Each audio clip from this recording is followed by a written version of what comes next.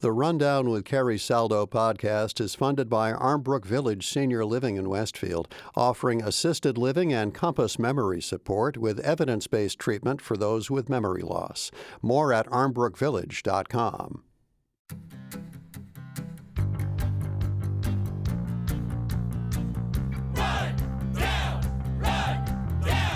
This is The Rundown, your weekly news and review from Western Mass.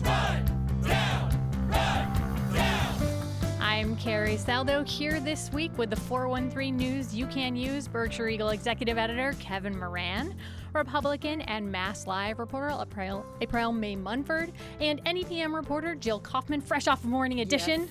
Yes. Good morning, Good morning to all of you. And audience participation is welcome here on The Rundown. Hit us with your questions about topics at hand via email. therundown@nepm.org. Okay, panel, let's run it down.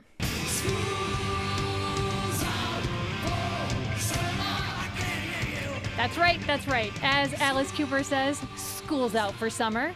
But school-related news obviously is not on break, as you will hear as we roll through this morning's topics. We'll have the latest on the genderqueer book controversy in Great Barrington. Plus, we'll look at why so many students are opting out of attending public schools in Pittsfield and what that means for its bottom line. But first, 70 years after the Supreme Court ruled in Brown versus the Board of Education that segregated schools are unconstitutional, and 50 years after the court ordered busing designed to desegregate Boston public schools, a new report finds that segregation is ongoing in Massachusetts public schools.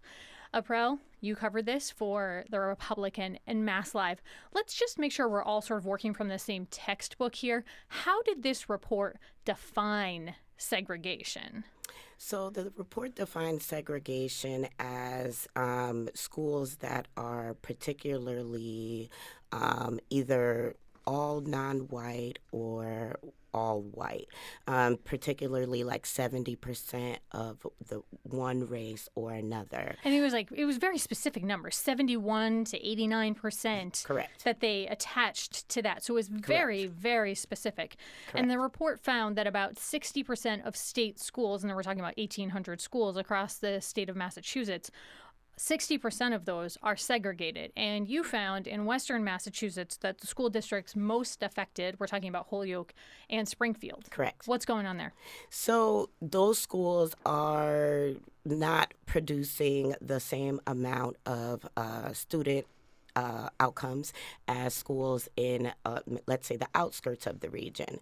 And so it's basically separate but not equal, right? And so the college matriculation rates, graduation rates, chronic absenteeism, all of those things that are used to measure school progress are not being met, and it's pretty much because the school they're not adequate. So very tangible problems that we can point to as a result of this. And Accurate. Looking outside of Springfield and Holyoke to elsewhere in the 413, Kevin, in Pittsfield, Berkshire County's largest city, the data there showed that there's one segregated white elementary school in Pittsfield, which was Stearns, and then every other elementary and middle and high school were considered, quote, racially diverse, according to a searchable data tool that's included in this report.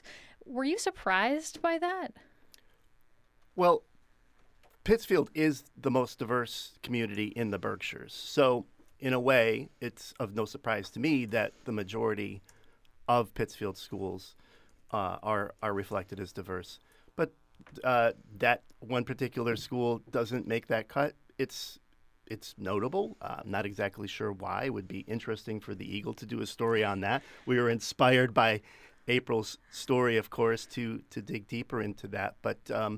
But Pittsfield certainly is the most diverse community in the Berkshires. Yeah, it's very interesting when you look at data elsewhere because, Jill, if we look at other parts 413 on using that data tool again, Southwick, where we saw the district attorney bring charges against some middle school students for allegedly holding an online mock slave auction, those schools were categorized as segregated white in the report. But in Amherst, where we've also seen challenges with race and race-based allegations of race-based discrimination, the data points in a different direction there. The middle and elementary and high schools were considered racially diverse. So what does that make you think? Well, I actually, what I think about is about the communities themselves, and I think that's part of the reporting as well. If Southwick is a largely white community, and Amherst is a very diverse community, and that means, I don't mean just by race and culture, but also economically. People think about Amherst as a very wealthy place, and it is in parts, but it has a low income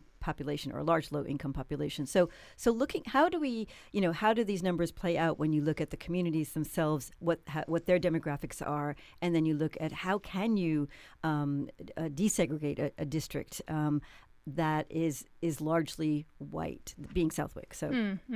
Yeah, April. And so one of the lead writers, Matt Brunell, who is also He works in Springfield. Yes, he does. He's the executive director of the Springfield Empowerment Zone, talked about, how this is inextricably linked to housing and income. And he talked about how Springfield was one of the cities with the lowest per capita income. So students aren't able to find a job when they leave school as well. So that's one of the longitudinal outcomes that students are affected by. Yeah, and the report goes in at length about the harms of segregation, some of which you pointed to, but it's not just for the students of color who are impacted, and the report made a point to say that the worst impacts are shouldered by the students of color. And quoting here from the report, white students are also damaged by segregated schools. We see consistently in the literature and in our own research that white students typically have the least access to diverse perspectives. This limited view deprives white students of learning and practicing critical skills like cultural responsiveness and the ability to identify and address their biases. So obviously the report pointing out broader problems there. But April, I could see people looking at this and saying, look, the state of Massachusetts, if you look at the census data, rough numbers, about 75% of the residents in Massachusetts are white and about 25% are people of color. So when you look at the segregation data against that census numbers, I could hear some people saying, well, this is a math problem, not a segregation problem. What does that make you think? Well, I think that it's about the numbers and the concentrations in the districts in particular. Like, let's talk about Holyoke, where they need lots of improvement. They need teachers, they need staff, they need, there's all kind of social, emotional, or social, economical things that are affecting these students. And, as we know, they're still under state receivership. So this is what's impacting the future of kids in segregated non-white schools. Jill Kaufman. I apologize. I don't know if this, what I'm about to describe, exists in Western Mass. I don't think it does. I think we would know about it. But so METCO, or the Metropolitan Council for Educational Opportunity, that is an Eastern Mass, a Boston-based program that came about in the 60s. That was meant to, it was a one-way ticket, though. It was allowing kids of color to apply to schools. There was a limited number, sort of like choice, but that's a different story, to go to schools in Lexington, to go to schools in Weston. Metco, I have friends who are Metco kids, from Boston, as they describe themselves. So Metco was a program that allowed for more integration in largely white districts, but it's one program. And is there anything? And it's something out they here? opt into, and they say in the report that is potential for one of the solutions, right? Sure. So Matt Brunell said that, he's finding in this new report that MECO's not enough with the one-directional busing. Right. There needs to be opportunity for students on the outskirts to come in to the city and feel like they have an educational opportunity here as well. Before I move us on to the next topic, just a quick question for you, April. Are people that you've spoken with optimistic that this is a problem with a solution? We're talking about 70 years after Brown versus Board. Not sure. We need to do some more digging and some more research and talking to more people in DESE, talking to more people, lawmakers, and, people in the district. I think they have to have a better chance to fully digest this 47-page report. Staying with education, but going to a different topic, and it's going to bring us to Berkshire County, Kevin. School choice. It's a concept in public schools that allows students from one district to attend another district if their family finds a way to get them there.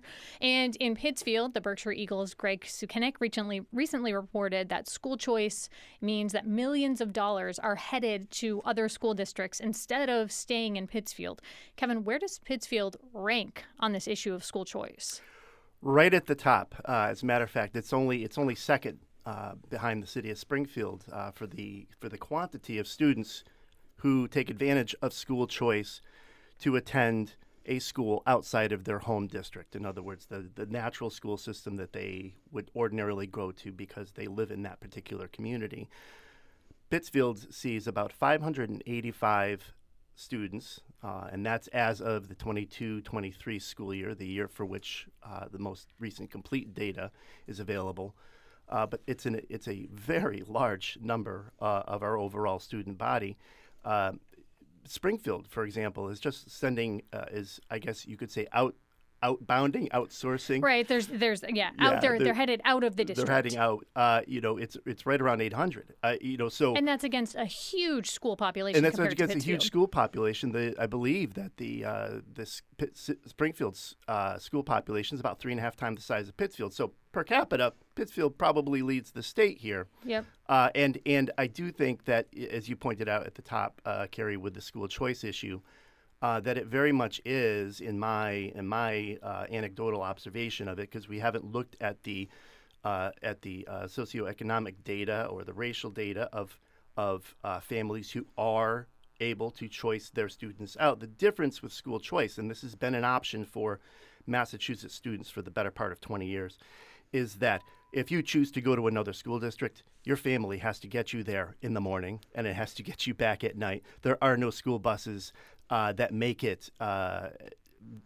transport available from one town to another. And if you're playing a sport or an extracurricular, your family has to get you there too. So we're talking about time and money that everyone has. And you're talking about the Berkshires, which is a largely rural area, which, yes, has public transportation, but there aren't a lot of bus routes going between, say, a community like Pittsfield and a community like Lenox, where there is a lot of school choice. Yeah. Jill Kaufman. Part of school choice was also about for families with kids who have special needs, or who are special education kids, to be able to get services that may not be available in their home district. Do you know, the cost of the cost of special education we know is much higher than the cost of mainstream or how it's described, regular education. But are transportation costs provided when it comes to special ed kids choicing into another district, or any other additional things that are costing both districts money? I'm not sure if we have the answers in here. I don't know. But a student who is choicing to another school district because of a special education situation, those costs are in the tens of thousands, if not six figures. It can be. When you're talking about school choice that is not involved in sort of a special education scenario, you're talking about a calculation. There's some arithmetic involved, but it's at least $5,000 per student. For a community like Pittsfield, the overall sum total of losing 585 students at any given year could be close to $4 million. As a matter of fact, we calculate it to be $3.87 million. That's a lot of money for any one school district, and it's a big drain for the city of Pittsfield that has just lost its federal ESSER funding. In other words, its COVID relief education funding. As did all the districts, right? Absolutely. Yeah, absolutely. coming out of COVID. Absolutely. And also, I feel like almost every school district in across Western Massachusetts, we're hearing a story about how they're trying to find money in the couch cushions. Like, the budgets are just so stretched. Pittsfield hit the lottery when Kristen Benke found the low-income student count was off to the tune of like over $2 million that Pittsfield took back because that account was adjusted. And it wasn't that many more students. It was that they went over a certain threshold, right? It was within a handful of students. In other words, making that particular threshold. And we're talking about some of the unintended consequences of school choice, but I believe this came in the early 90s, 1991. And when it did, I was trying to think back. I mean, I would have been in school myself, high school at the time. But to those of you who may have been reporting this at the time, was there a big push for this to happen at the time, the school choice to happen, that people were How old upset? do you think we are, Carrie? Well, Carrie, I was old enough to be reporting on this. Okay, so was I. I did my research. I know that both of you are in the field, Thank you, Grasshopper. but I appreciate the ribbing.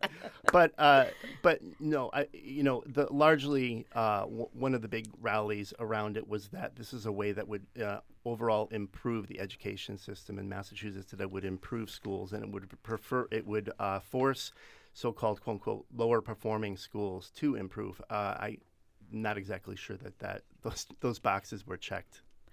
Yeah, and actually, I was working in education research at the time. Wasn't even in media.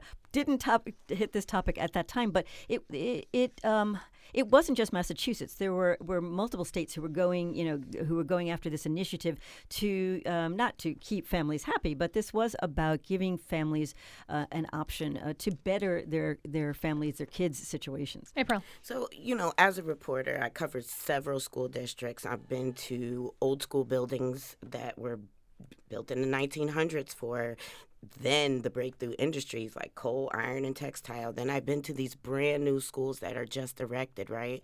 And then these have their gold standard, they're technologically advanced. They have new offerings that, and after the pandemic, parents and students are realizing their choices, right? And these new schools have these different and unique education and curriculums, and these new buildings that are technologically advanced for the new breakthrough industries.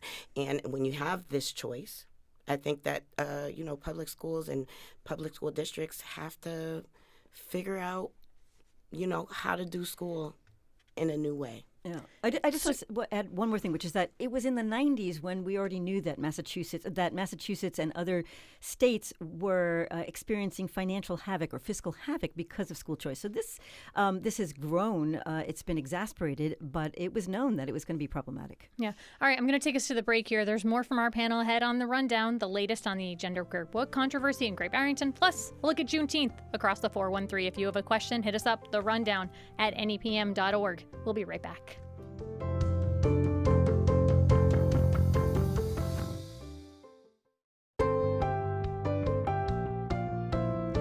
Welcome back to The Rundown. I'm Carrie Saldo, digging into the week's news from Western Mass with Kevin Moran, April May Munford, and Jill Kaufman. Welcome back, panel. Kevin, it's been about 4 months since you were last on The Rundown, and a topic we discussed then is still making headlines in the Berkshires, in Great Barrington.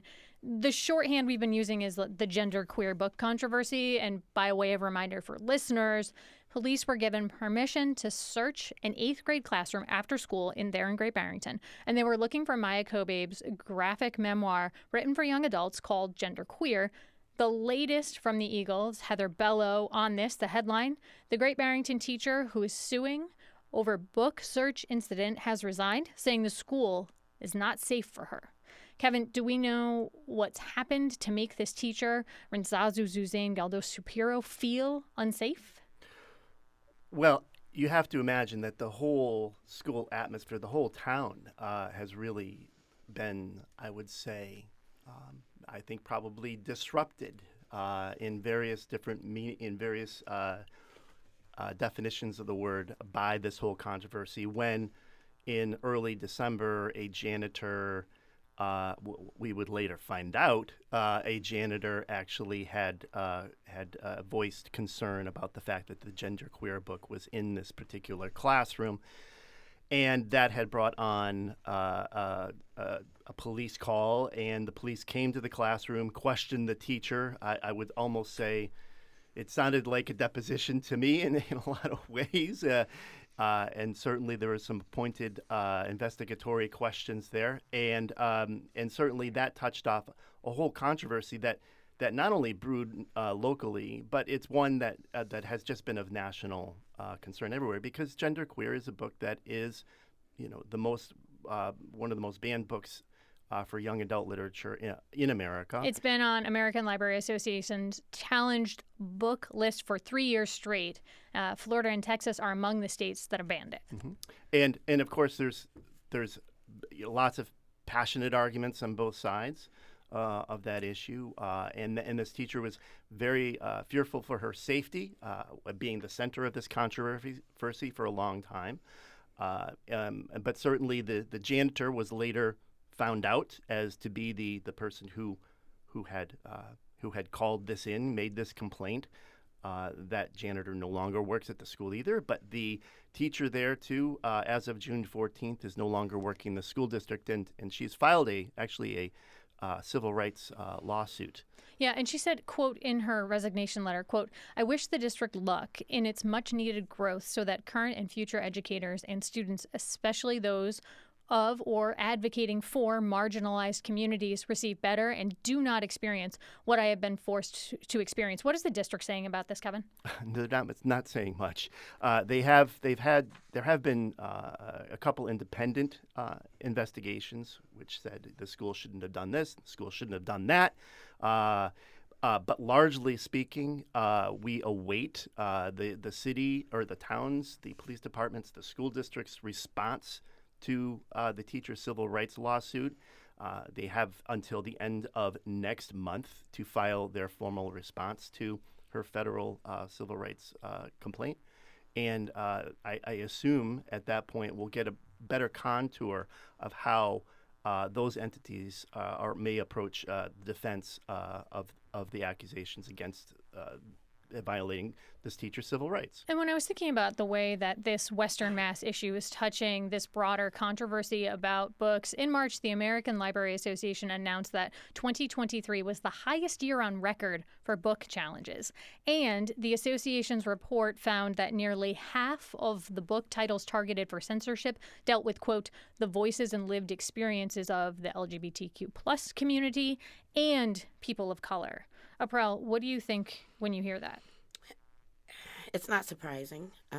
Looking at all the education stories I have been doing and have, taken the headlines around the region, it's not surprising. And I think that people are waiting for districts and leadership to recognize the stronghold of these old, deep, racist and homophobic ideals and principles, and find a way to challenge them and do something different. And I what is it going to take? I don't know.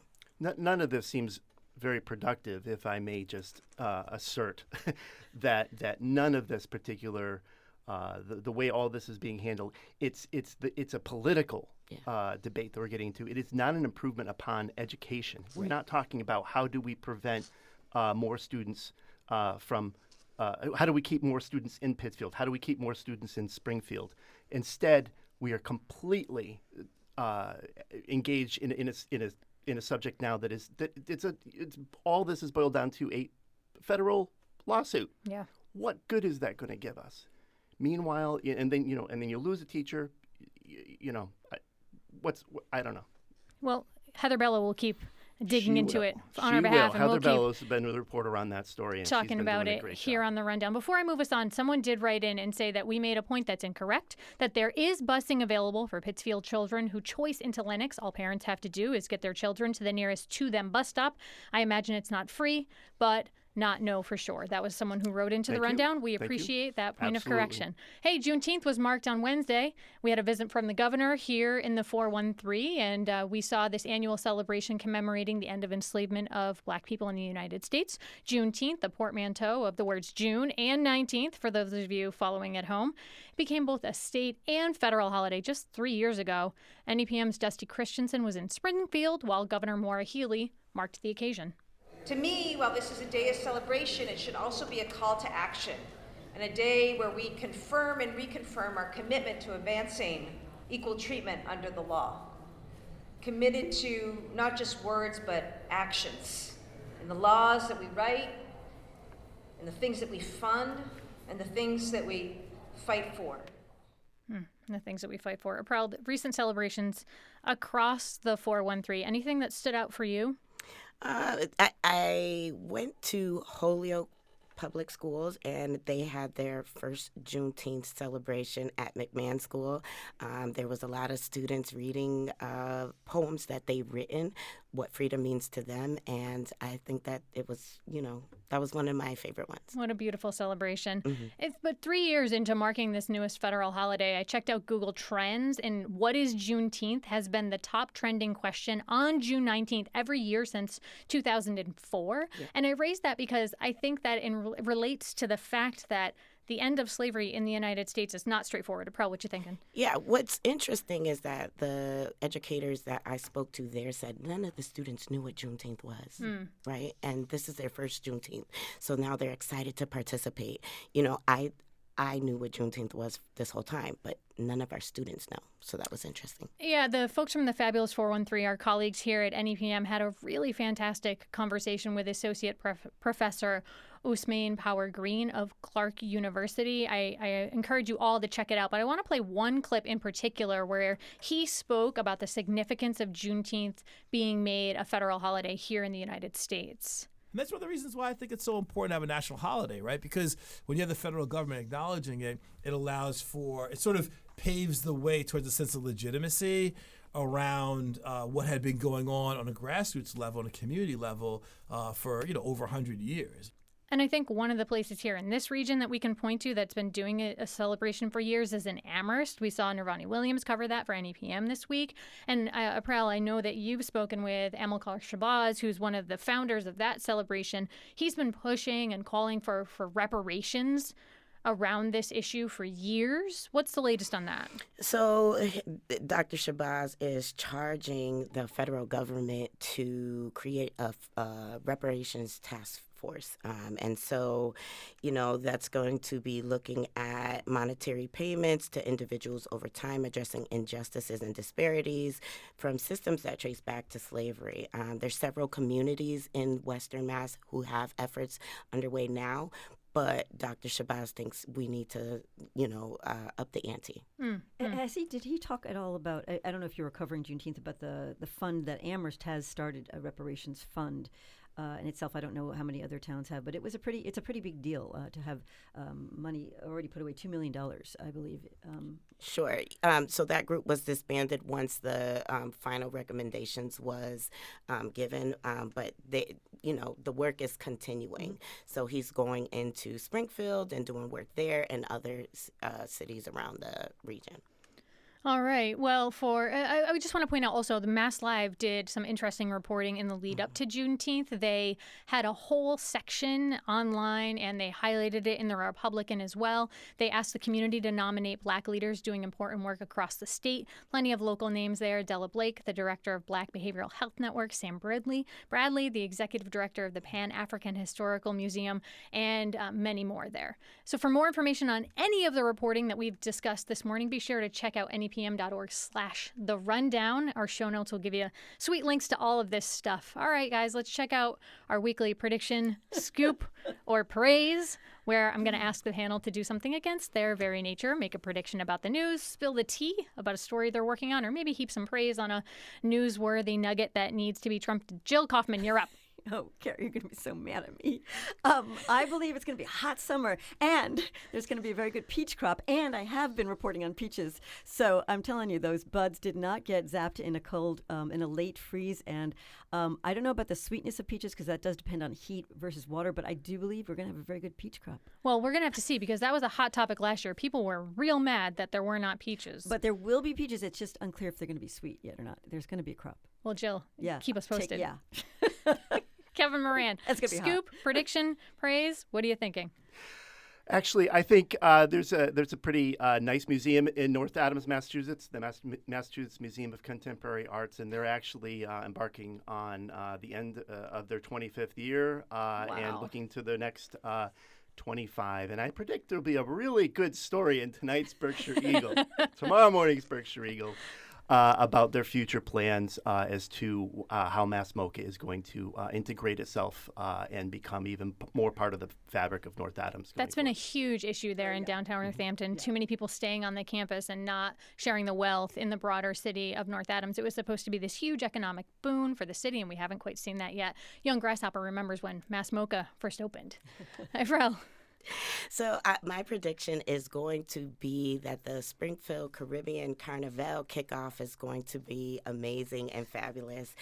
Just spoke with fashion designer Richie Richardson, and I just feel invigorated knowing the history of Carnival and masquerade making. So everybody check that out. It's going to be on Ben Swan Way, and the kickoff is Saturday. Awesome. I have praise this week for UMass Chancellor Javier Reyes. Mass Live reported he's called for an independent investigation of the pro-Palestinian demonstrations that in May led to the arrest of more than 130 there on campus. We'll be sure to discuss and debate not only the investigation, but also a task force that they're calling for there. My thanks to the panel. Have a great day, everybody.